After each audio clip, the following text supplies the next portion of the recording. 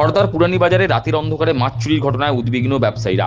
আমাদের ওই ভাই আছে, ওর ভাইয়ের চুরি হয়েছে, এটা নিয়ে দুবার হয়ে গেল। থানায় জানিয়েছেন আপনারা? থানাতে আমরা জানাইনি, উনি জানিয়ে দিয়েছে। এবার দেখি কী হয়, দেখি আপনারা।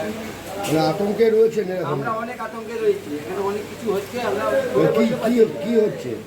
আমরা কিছু খুলে বলতে পারবো না এখন, ঠিক আছে?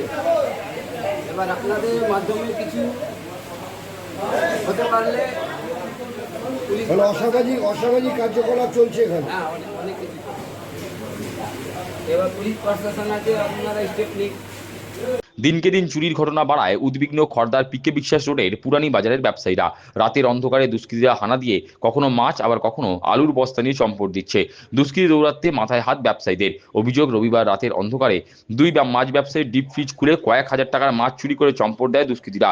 দুই ব্যবসায়ীর তরফে খড়দা থানায় অভিযোগ দায়ের করা হয়েছে। চোরের উপদ্রব ঠেকাতে ব্যবসায়ীরা বাজার কমিটির কাছে রাতে নৈশ প্রহরী নিয়োগের পাশাপাশি সিসিটিভি ক্যামেরা লাগানোর দাবি রেখেছেন। বাক্স দিয়ে সব মাছ চুরি করে নিয়ে যাওয়া হয়েছে। কত টাকার মাছ ছিল? আমার চুরি হয়েছে 10,000 টাকার উপরে হবে। আর কি চুরি হয়েছে আপনার? এই কদিন আগে আমার বাড়িতে বাটখারা মাটখারা যত ছিল 50 কিলো 20 কিলো 10 কিলো সব নিয়ে যাওয়া হয়েছে। মানে এটা কারা করছে? না দেখলে কাকে বলবো? প্রশাসনকে জানিয়েছিলেন? প্রশাসনকে আমরা যাইনি, আমার ছেলে গেছিল, ভাইপো আছে, ওকে ব্যবসা সমিতি?